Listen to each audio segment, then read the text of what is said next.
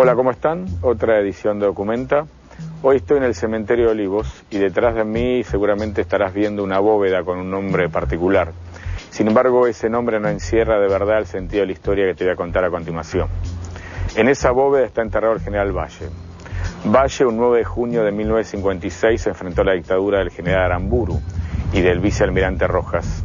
Y la dictadura lo asesinó junto con otros 31 argentinos que creían que había que volver a la democracia y que había que terminar con el régimen militar que había derrocado al general Perón en 1955. Lo que vas a ver a continuación entonces en este documental exclusivo es lo que en la jerga periodística y en la literatura nacional se lo conoce como Operación Masacre.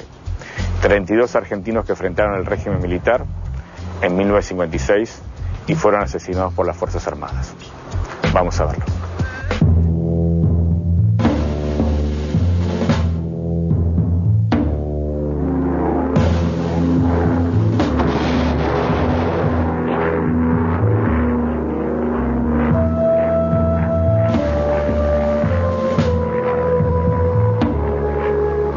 El 16 de septiembre de 1955, un golpe de Estado autoproclamado Revolución Libertadora terminó con el gobierno de Juan Domingo Perón. Sin libertades constitucionales y con la prohibición de nombrar al presidente depuesto, 9 meses después, un grupo de militares y civiles intentó restituir el sistema democrático. Fue el 9 de junio de 1956. Esa noche significó el comienzo de una serie de fusilamientos con los cuales el gobierno de facto de Pedro Eugenio Aramburu e Isaac Rojas demostró su brutal autoridad. Al frente de ese levantamiento contra la dictadura de Aramburu y Rojas se encontraban 2 generales peronistas, Raúl Tanco y Juan José Valle. Era la primera vez en la Argentina contemporánea que desde el Estado Nacional se mataba gente a mansalva, sin siquiera una sentencia previa, sin un juicio. Era el nacimiento del terrorismo de Estado. Es como la situación que se daría en un gallinero si se dejaran sueltas a las gallinas con los zorros. Desaparece. La revolución del 9 de junio estaba montada sobre la base de la subversión de toda la estructura y la disciplina militar. Fue una revolución montada sobre la sublevación de los suboficiales contra los oficiales. Es decir, de alguna manera, la sovietización del ejército. La historia de estos fusilamientos fue contada por el periodista y escritor Rodolfo Walsh en un libro memorable, Operación Masacre. Como señaló Osvaldo Bayer, Operación Masacre es el prólogo de la tragedia que vendrá después. Aramburu y Rojas serán el prólogo de Videla y Macera. Rodolfo Walsh se convertirá de testigo en protagonista. Será asesinado a balazos como sus personajes de José León Suárez.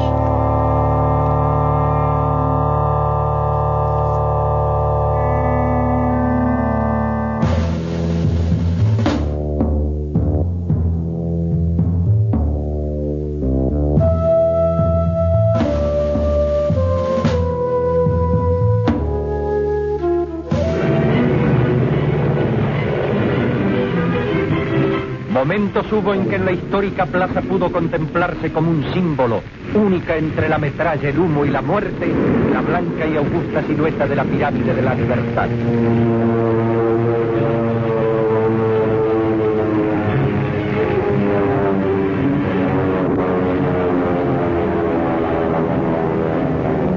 todo comenzó el 16 de junio de 1955, cuando aviones de la Marina bombardearon Casa de Gobierno y Plaza de Mayo.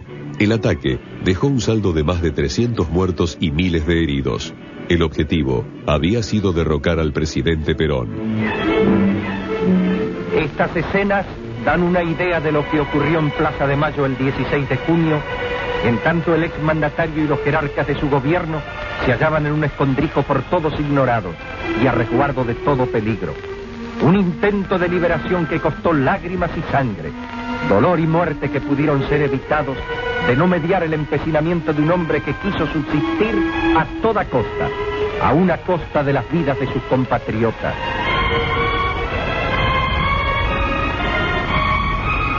Lo que en realidad quisieron hacer fue desalentar al pueblo preparando el golpe que tenían pensado dar. Bombardearon y ametrallaron a mansalva para sembrar terror entre la población. Una vez sofocado el levantamiento, Perón propuso una tregua política y convocó a la pacificación. Pero el clima de tensión continuó creciendo. Esto comienza el 16 de junio con el bombardeo, por supuesto. Vienen una serie de cosas que ocurren. Ya estaba en el aire, esto se veía venir. Yo le podría decir que el 10 de junio ya estábamos conspirando. Totalmente. El 10 de junio ya estábamos conspirando. Se imprimieron los primeros volantes para conspirar. Me acuerdo de uno famoso. La fotografía del almirante Rojas cuando lo acompañó a Evita a Europa. Sumiso y obediente.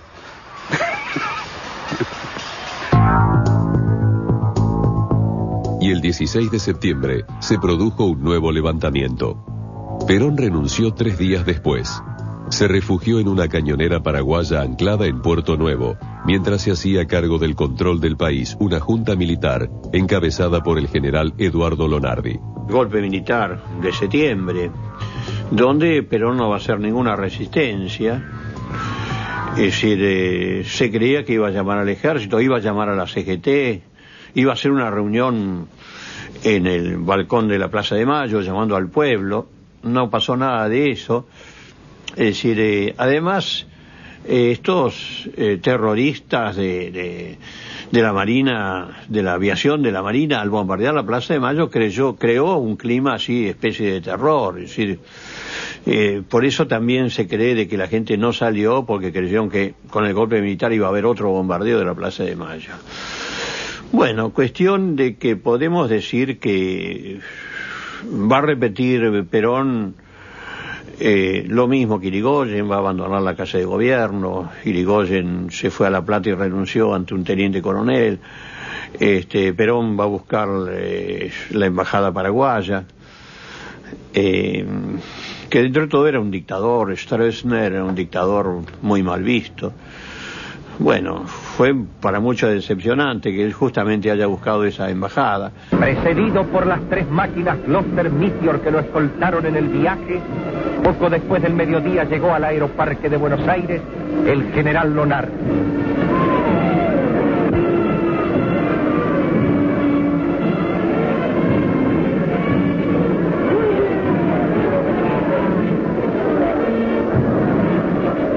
Digamos, como dato ilustrativo, que el general Lonardi y su comitiva tardaron más de media hora en recorrer la distancia que los separaba del lugar de llegada del avión al automóvil presidencial. 30 minutos para recorrer menos de un centenar de metros. El lema de la llamada Revolución Libertadora fue ni vencedores ni vencidos. Sin embargo, se disolvió el Congreso y se intervinieron las provincias. Perón debió continuar su exilio más lejos. Primero Venezuela, luego Panamá. Pero la suerte de Lonardi estaba echada. El general Pedro Eugenio Aramburu asumió el poder el 13 de noviembre de 1955. Lonardi era un hombre que estaba vinculado al nacionalismo católico y que uno de los proyectos del sector nacionalista católico era el de mantener la estructura totalitaria que existía en ese momento y apoyándose en el sistema sindicalista vertical que se había montado en la época de Perón, llamar inmediatamente elecciones y tomar ellos el gobierno a través de las elecciones, que era una posibilidad. Aramburu y su vicepresidente, el almirante Isaac Rojas, archivaron con rapidez el ni vencedores ni vencidos y desataron una brutal campaña contra todo lo que oliera a peronismo. Y este golpe militar, que parecía nacionalista católico con Lonardi, pero después se va a las pocas semanas va a ser volteado Lonardi por Aramburu y Rojas, y los dos tenían una línea muy antiperonista, una línea muy liberal, digamos. Entonces se acaba el apoyo también que puede haber tenido la Iglesia con respecto a Lonardi, y va a quedar una dictadura muy, muy dura con respecto al peronismo. Va a empezar toda una campaña antiperonista.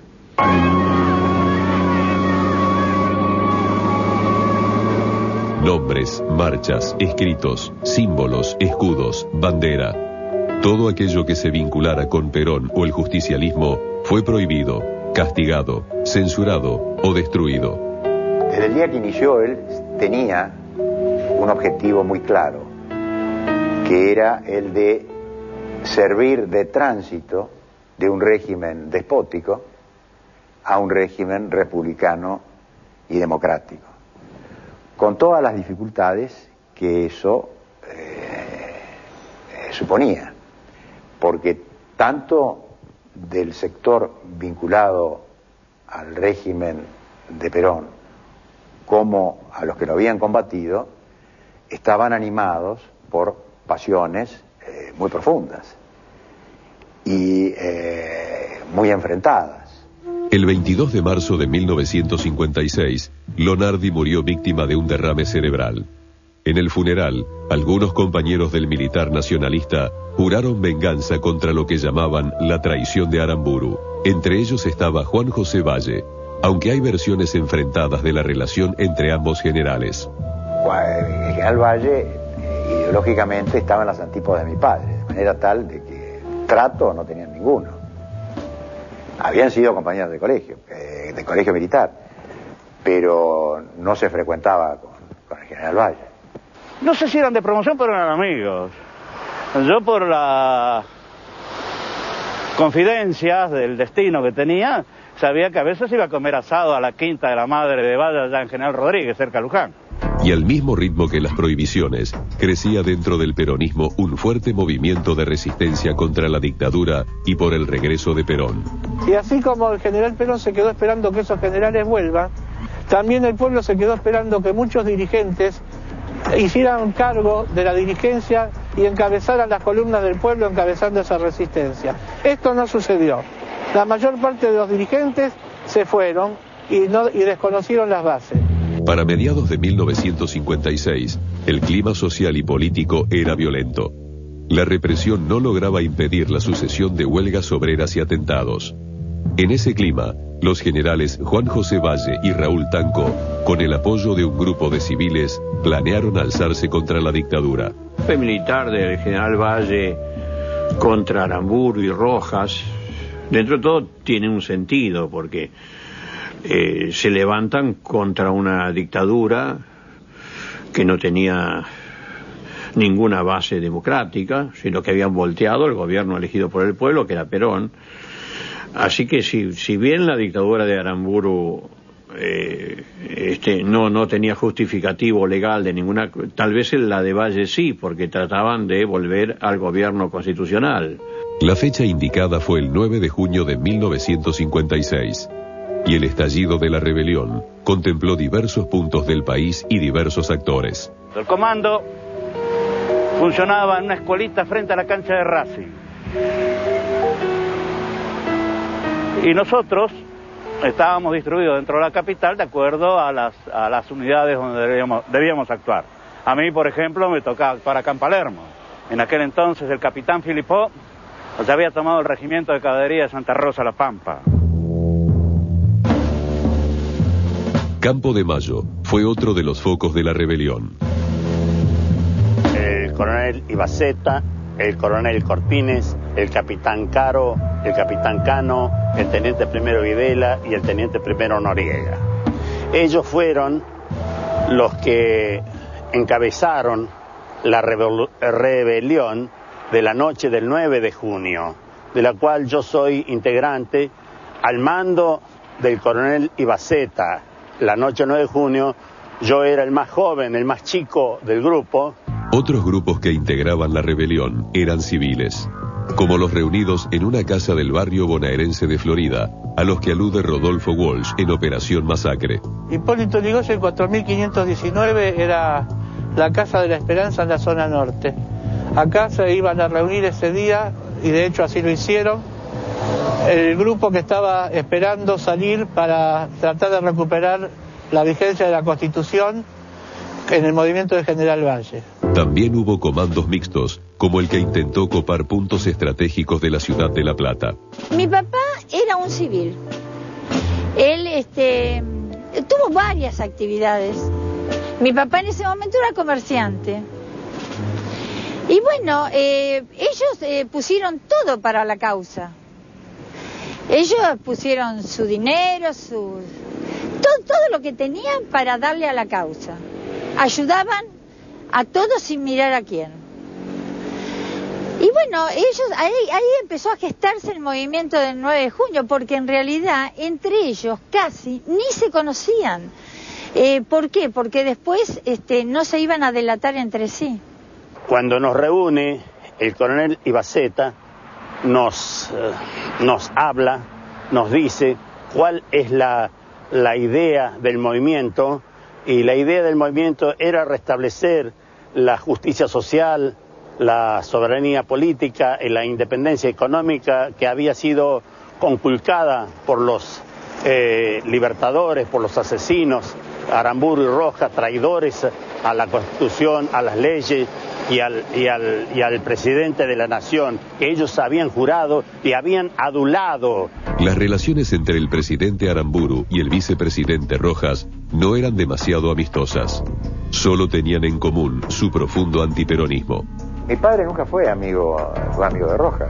El problema de los gobiernos militares es que, a diferencia de lo que sucede en un proceso democrático, donde la gente que tiene una afinidad ideológica se agrupa dentro de un partido político con el propósito de llegar al gobierno y establecer o implementar un plan de gobierno homogéneo y armónico, cuando se produce un golpe militar, lo que llegan son hombres con distintas idiosincrasias, con distintas pasiones, con distintos puntos de vista, distintas ideologías totalmente opuestas. Entonces, es la gran debilidad que tienen los gobiernos de fuerza o los gobiernos militares. Permanentemente hay que estar tratando de conciliar puntos de vista opuestos, porque de lo contrario se produce una situación de confrontación y de anarquía. Y como antiperonistas, sabían que había que liquidar todo intento que buscara el regreso de Perón a la vida política del país. Informados de la rebelión que se preparaba, pusieron manos a la obra para desbaratarla. La noche del 9 de junio, evidentemente ya es público y está escrito en muchas historias, el movimiento estaba entregado ya. Así que a partir de las últimas horas de la tarde o primeras horas de la noche, empezaron a detener gente en las unidades, especialmente acá en Palermo.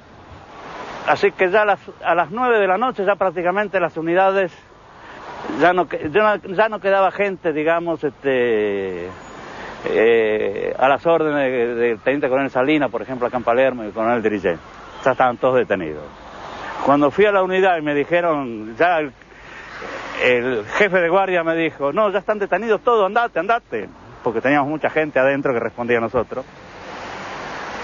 Fui donde funcionaba el comando local de acá de Palermo, para decirle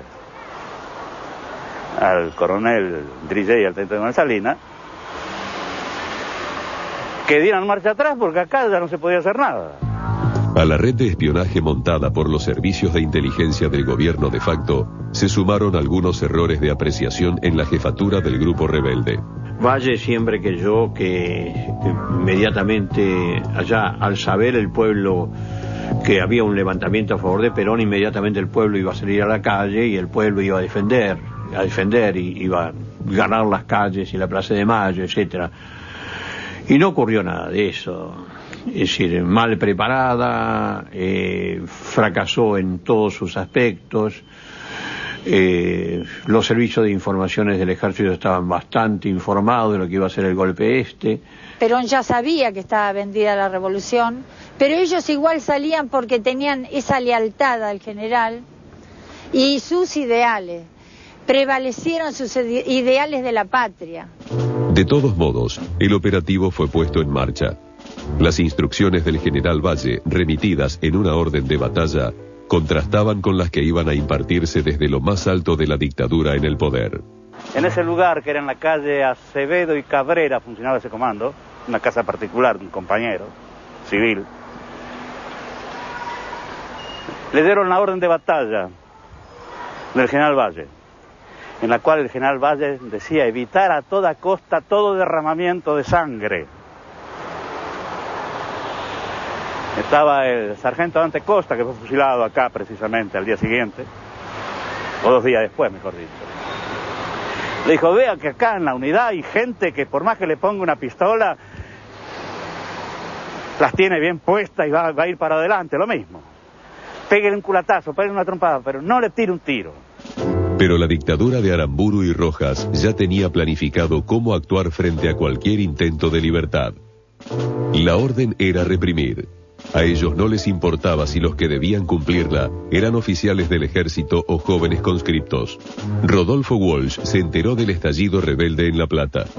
Unos meses después escribía en Operación Masacre: había soldados en las azoteas y en la cocina y en los dormitorios, pero principalmente en el baño. Y desde entonces he tomado aversión a las casas que están frente a un cuartel, un comando o a un departamento de policía. Tampoco olvido que, pegado a la persiana, oí morir a un conscripto en la calle. Y ese hombre no dijo, viva la patria, sino que dijo, no me dejen solo, hijos de puta. Bueno, termina el primer bloque de Documenta y antes de irnos a la tanda te quiero contar un dato, un simple dato.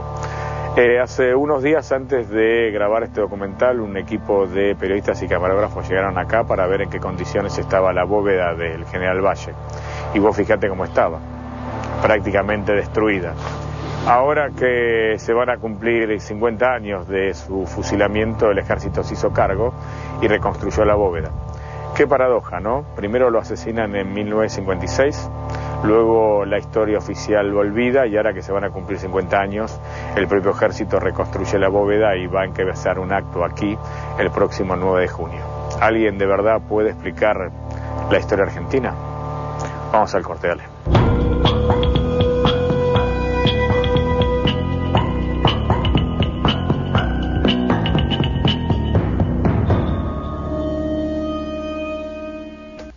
Segundo bloque de Documenta. Hoy estamos poniendo al aire un documental exclusivo que se llama Operación Masacre, los fusilados de la Libertadora.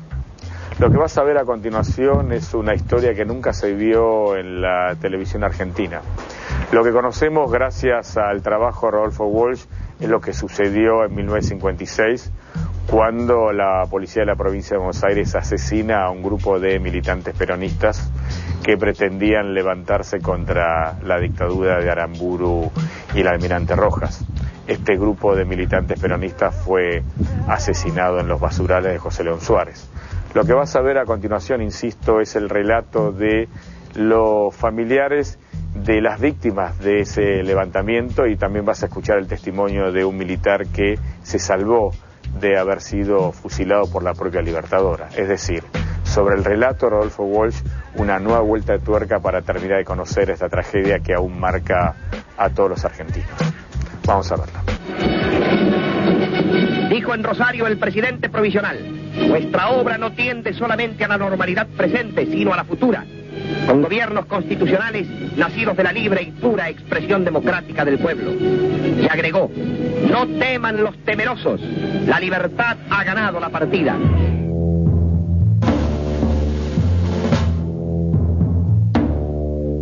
El golpe de Estado de septiembre de 1955 derrocó al gobierno constitucional de Juan Domingo Perón y marcó el comienzo de una proscripción que se extendería por casi 2 décadas. Pero también señaló el inicio de una resistencia que entregó miles de vidas por el regreso del líder del justicialismo. El 9 de junio de 1956, la dictadura de Aramburu y Rojas llevaría a cabo una operación monstruosa para acabar con un foco rebelde. Operación Masacre. Estalla un movimiento subversivo con ramificaciones en distintos puntos del país.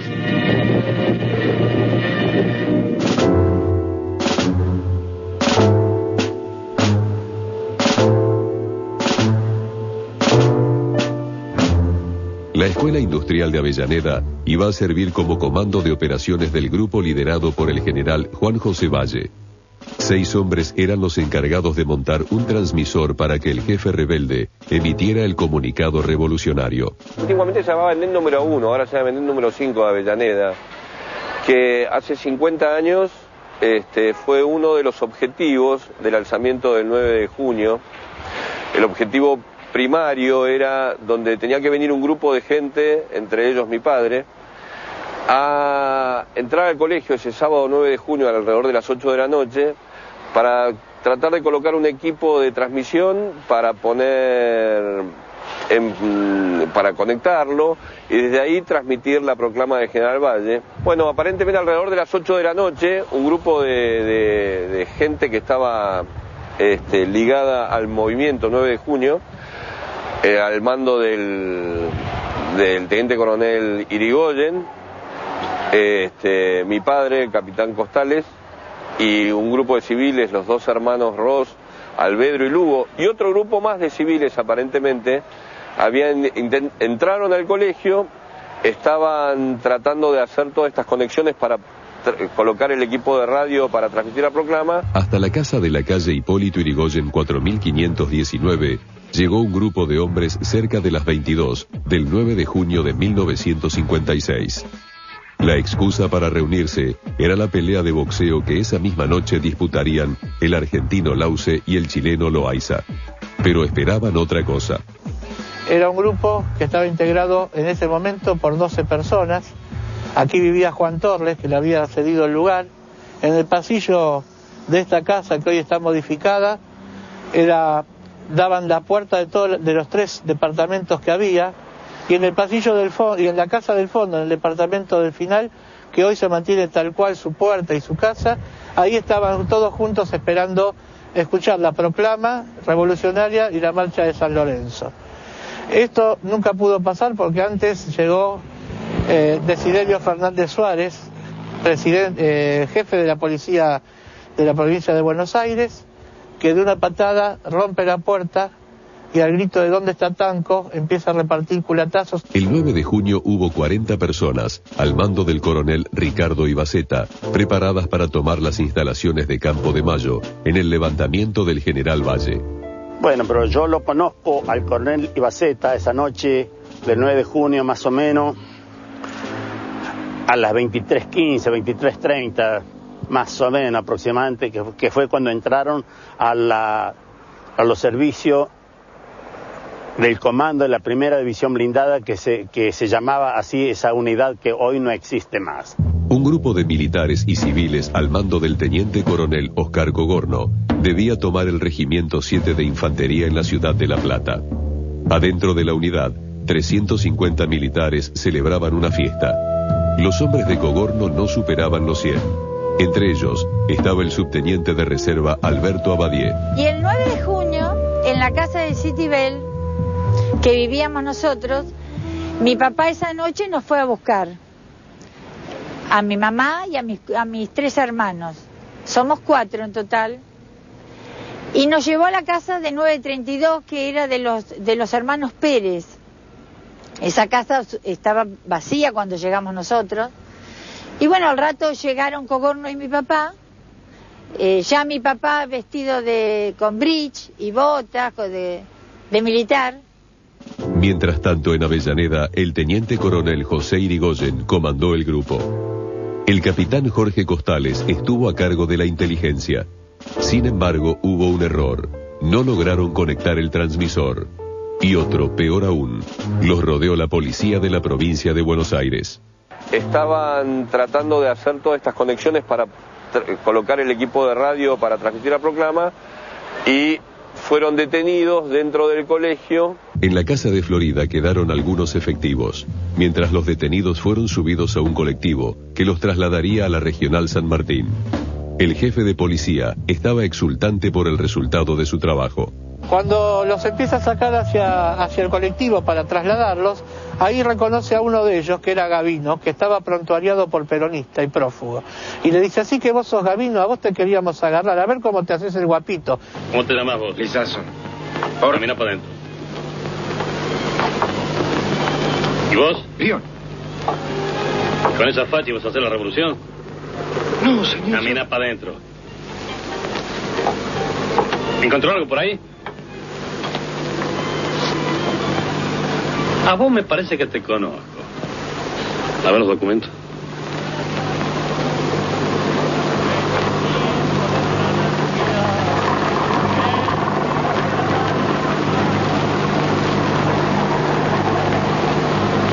Así que vos sos Gavino.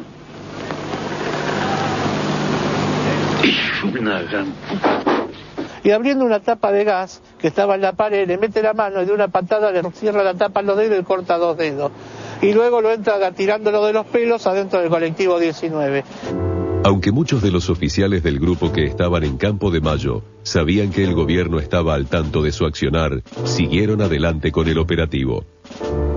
El coronel Ibaceta nos dice, cuando le decimos que estábamos dispuestos a acompañarlo a él, que la premisa principal era no disparar ninguna de nuestras armas. Teníamos que hacer todo previendo de no herir a nadie, no molestar a nadie, no matar a nadie. Eso era fundamental para el movimiento.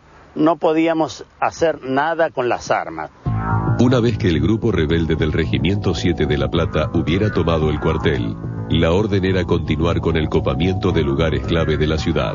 En La Plata, los sediciosos toman el regimiento número 7 luego de una dura lucha.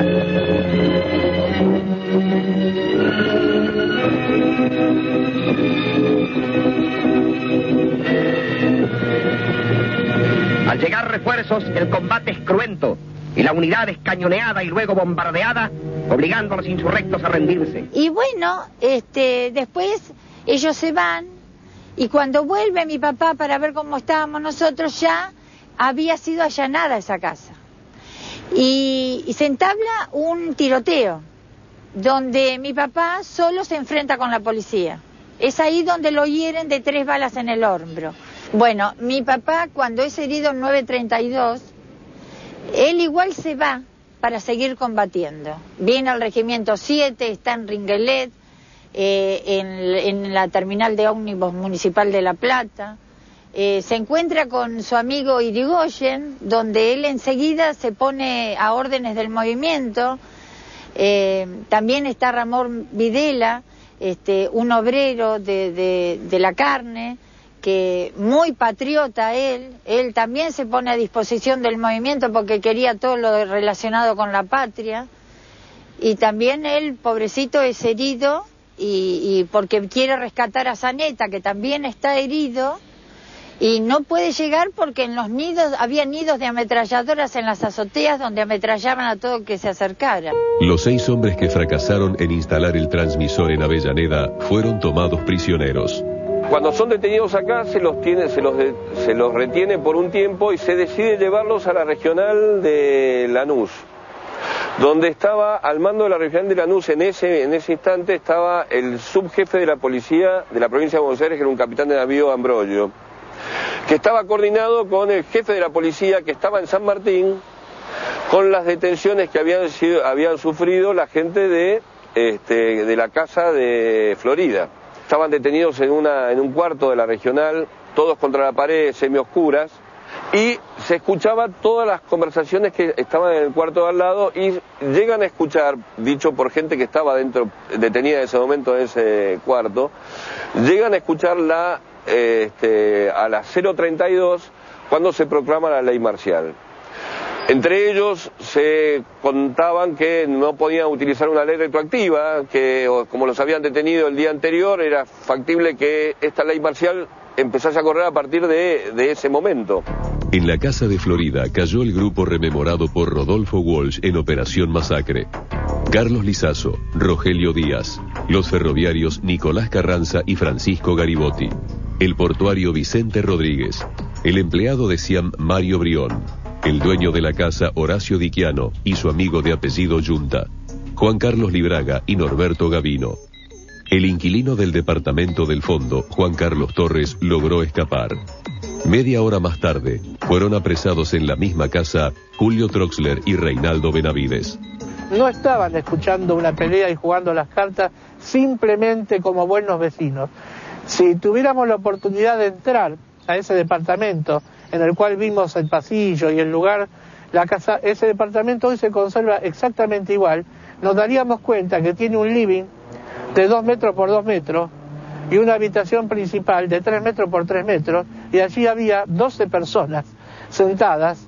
Era imposible que se juntaran en un lugar tan pequeño simplemente para jugar a las cartas y escuchar una pelea.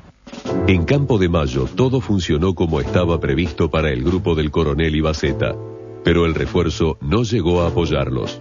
Pero el grupo Verasay no llegó nunca. Entonces empezaron a deliberar el comando nuestro, que era el coronel Cortines, el coronel Ibaceta y los suboficiales que lo acompañaban, y vieron que esto no andaba. Entonces ya empezamos todos a pensar que algo pasaba. Y realmente pasaba algo. Cerca de las 3 de la mañana aparecen unos parlamentarios con bandera blanca y nos intiman la rendición. Entre ellos venía el coronel Laprida y 2 jefes más, donde nos intimaban la rendición. También estábamos rodeados prácticamente, y nosotros estábamos ya sin saber qué hacer, ya había fracasado todo.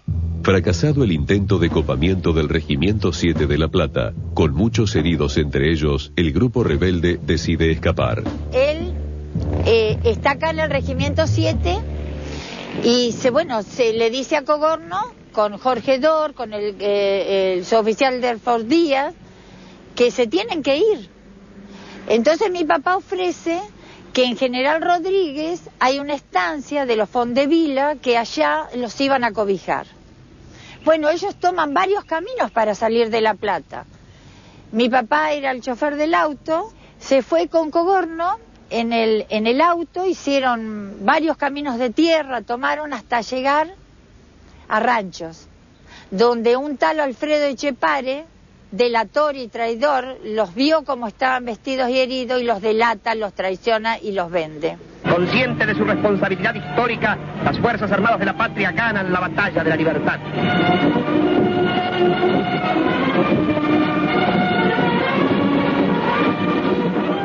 Aproximadamente a las 5 y media de la mañana, después de muchos cabildeos y muchas vueltas, Rodríguez Moreno, el jefe de la Regional San Martín, que había recibido la orden de fusilar a esos 12, tal como dijo Desiderio Fernández Suárez por teléfono, a esos 12 de San Martín que los fusilen, se dirige hacia un oscuro, hacia esta diagonal que sale en la ruta 8 al Liceo General San Martín. En el Liceo General San Martín es el primer lugar donde él va, y le dicen que no le permiten la entrada porque no saben de qué se trata ni están autorizados a permitir ningún fusilamiento. Entonces, sin saber lo que hacer, vuelve a la Regional de San Martín, se comunica con Desiderio Fernández Suárez, y Desiderio Fernández Suárez le dice: no me importa dónde, ya lo saca y lo fusila. Mientras tanto, en la Regional Lanús reciben la misma orden. Se hizo pasar de a uno por jerarquía, el primero que mata es a José Albino Irigoyen. Se lo mata a Irigoyen, después se lo matan a mi padre y después matan al resto de los civiles. Mi padre se negó a que le venden los ojos y los enfrentó de frente abriéndose la camisa para ejecutar la orden del disparo. En la unidad regional de Lanús, el 10 de junio son fusilados el teniente coronel José Albino Irigoyen, el capitán Jorge Costales y los civiles Dante Hipólito Lugo, Osvaldo Alvedro y los hermanos Clemente y Norberto Ross. Quedó detenido Aldo Joffre, que será asesinado el 28, aunque se haya simulado un suicidio por ahorcamiento. Yo creo que si no se hubiera fusilado, la Argentina hubiera ido a una guerra civil. Este es mi punto de vista. Porque con los fusilamientos se restablece la disciplina y se unifican las Fuerzas Armadas. Las guerras civiles se producen cuando las Fuerzas Armadas se dividen. En un oscuro basural de José León Suárez se desató la masacre. Esa masacre que con tanta precisión narró Rodolfo Walsh pocos meses después de ocurridos los hechos.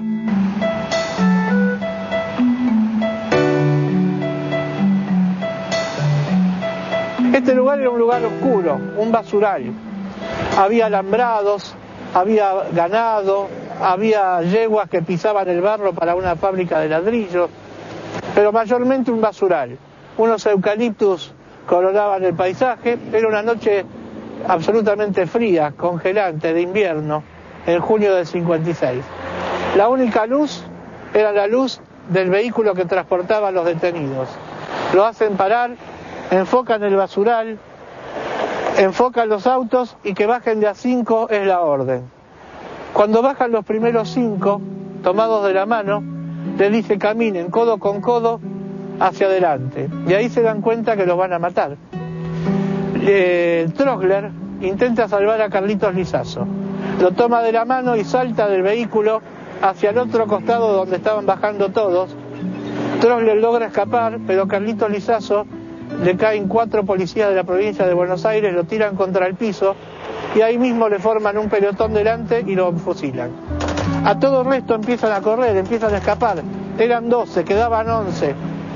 Carlitos es muerto, Trogler escapa, los otros 10 comienzan a huir por el basural. Empiezan a ametrallar, empiezan los tiros. Muchos consiguen quedar fuera de ese haz de luz que enfocaba el auto y no pararon nunca más de correr. Otros se tiraron al suelo haciéndose los muertos. Así logró salvar la vida Yunta, así logró salvar la vida Dicciano, que se quedaron tirados en el piso haciéndose los muertos. Libraga, que es quien da finalmente el puntapié inicial para el libro de Walsh de Operación Masacre, que le cuenta lo que había sucedido en este basural y que es además uno de los que no sabía lo que estaba pasando en esa casa, queda tirado en el piso haciéndose el muerto, pero boca arriba. Cuando se van acercando uno a uno y los van enfocando con un buscahuellas para tirarles el tiro de gracia, Libraga parpadea porque la luz lo hace parpadear a pesar de tener los ojos cerrados. Ahí se dan cuenta que está vivo, le tiran un tiro de gracia que le pega en el brazo. Se dan cuenta que no le pegaron en la cabeza, vuelven a tirarle otro tiro de gracia que le pega en el piso y finalmente un tercero le atraviesa la cara, destrozándole el paladar y el maxilar y queda desmayado y lo dan por muerto.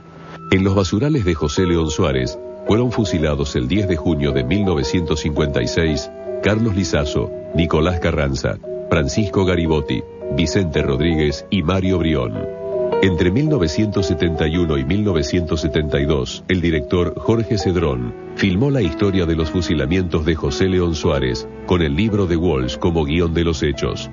Víctor Laplace desarrolló el papel del joven Carlitos Lizaso.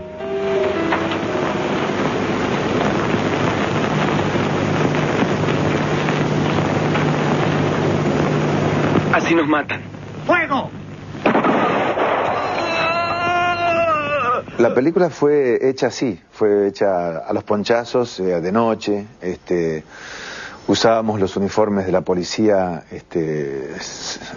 esas cosas que hacíamos cuando éramos jóvenes, que lográbamos tener los uniformes de la policía y llevarlos a la noche a la filmación y devolverlos a la mañana. 2 sitios más intentaron tomarse para la revolución. Fueron la Escuela de Mecánica del Ejército, donde hoy funciona el Hospital Garrahan, y la sede del Automóvil Club Argentino, ubicado en Avenida del Libertador.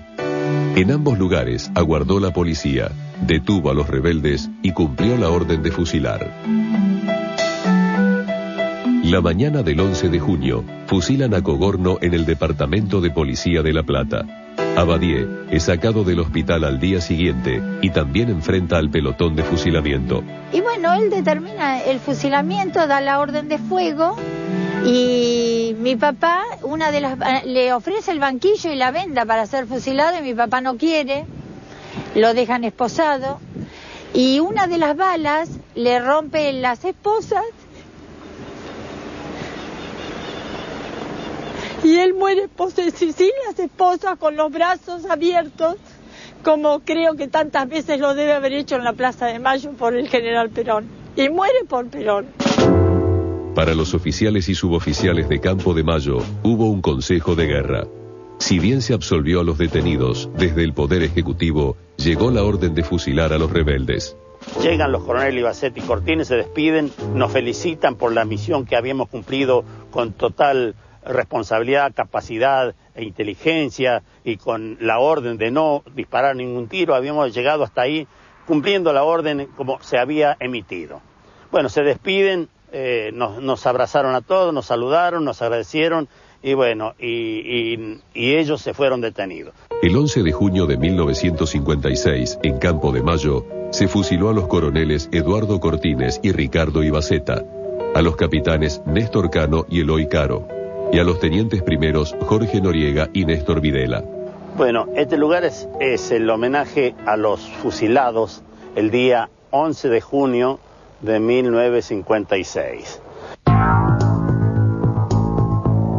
En las avenidas Las Heras y Salguero, en la actualidad, se encuentra el Parque Las Heras. En 1956, en ese mismo terreno, se alzaba la Penitenciaría Nacional. Allí fueron conducidos los jefes del grupo rebelde que intentaron copar los regimientos 1 y 2 de Palermo. Aquí funcionaba la Penitenciaría Nacional, Las Heras, que abarcaba todas estas manzanas que ocupa hoy actualmente el parque.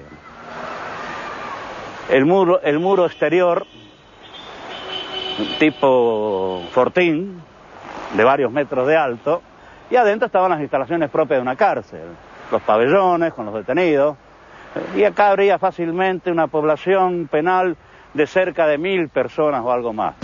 Con el movimiento rebelde diezmado, el general Valle se refugió en la casa de un amigo y decidió rendirse para terminar con el baño de sangre de la dictadura.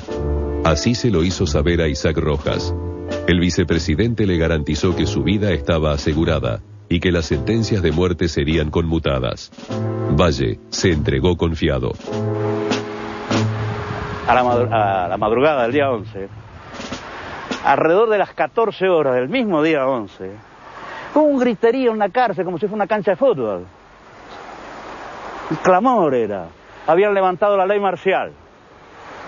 Históricamente sabemos que Valle estaba negociando desde la casa de un amigo en la calle, creo que era Riobamba y Corrientes, su entrega para evitar que continuaran los fusilamientos. Pero ya de hecho, al haberse levantado la ley marcial, se supone que no tenía que haber más fusilamientos.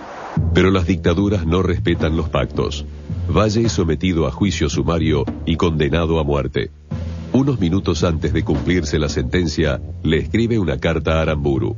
Solo buscábamos la justicia y la libertad del 95% de los argentinos, amordazados, sin prensa, sin partido político, sin garantías constitucionales, sin derecho obrero, sin nada. No defendemos la causa de ningún hombre ni de ningún partido. Es asombroso que ustedes, los más beneficiados por el régimen depuesto y sus más fervorosos aduladores, hagan gala ahora de una crueldad como no hay memoria. Nosotros defendemos al pueblo, al que ustedes le están imponiendo el libertinaje de una minoría oligárquica, en pugna con la verdadera libertad de la mayoría y un liberalismo rancio y laico en contra de las tradiciones de nuestro país. Adentro no nos enteramos nada, no sentimos nada. Recién al promediar la mañana del 12, por esos códigos secretos que existen en todas las cárceles del mundo, a través de sus empleados, presos comunes, prestadores de servicios particulares del penal, se supo, porque no se puede guardar un secreto de eso. Y fue otro griterío, una desesperación. A media mañana del día 12 nos enteramos que habían fusilado a Valle. En este lugar, precisamente, fue el fusilamiento en la madrugada del 11 de junio, de los oficiales Costa, Puñete y Rojas. Y el día 12, el general Valle. Una dictadura que sojuzgó a todo el país. Una dictadura que inició el terrorismo de Estado. Aramburu, Rojas, una dictadura que impartía órdenes, y esas órdenes tenían que ver con la muerte. Cuando se producen los fusilamientos, mi padre estaba en Rosario. Se reunió la Junta Militar en Buenos Aires y la decisión se tomó en la ciudad de Buenos Aires. Pero mi padre asumió la total responsabilidad por la decisión que se había tomado mientras él estaba en Rosario. A veces cuando me preguntan qué podemos hacer para recordar este aniversario de junio del 56, yo creo que podemos decir que lo más importante está hecho. Ya están insertados en la memoria popular. Los militantes no lo olvidan, el pueblo no lo olvida. Puede ser que los dirigentes lo hayan olvidado, puede ser que los militares lo hayan olvidado, puede ser que los políticos lo hayan olvidado. Quizás los militares para no reconocer que habían fusilado a sus camaradas. Quizás los políticos porque les dará vergüenza haber apoyado todas las dictaduras que sucedieron en este país.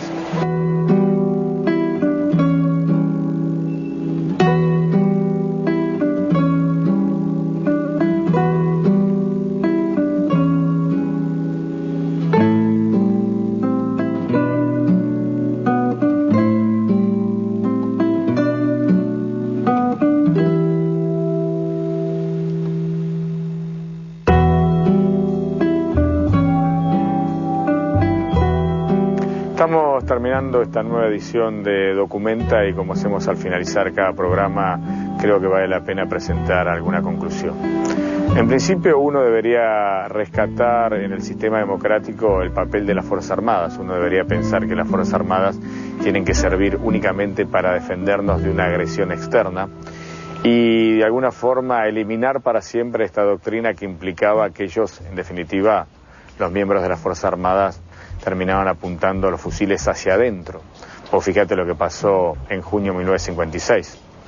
Por las Fuerzas Armadas y por las Fuerzas de Seguridad, 32 argentinos que lo único que querían era recuperar la democracia terminaron siendo asesinados en los basurales de José León Suárez y en determinadas y precisas unidades del ejército, por ejemplo, Campo de Mayo. Me parece que esa es una primera conclusión. Y la segunda, que tiene que ver con la historia de los últimos años, ver cómo hasta qué punto un hecho trágico y dramático como los fusilamientos de 1956 terminan cerrando el círculo en 1970, porque Aramburu encabeza la dictadura en 1956, cuando se producen los fusilamientos y los montoneros se cobran esas muertes de 1956 en 1970, secuestrándolo a Aramburu y finalmente asesinándolo. En conclusión, entonces, uno debería decir que ni vencedores ni vencidos, sino simplemente justicia. Chao, hasta la semana que viene.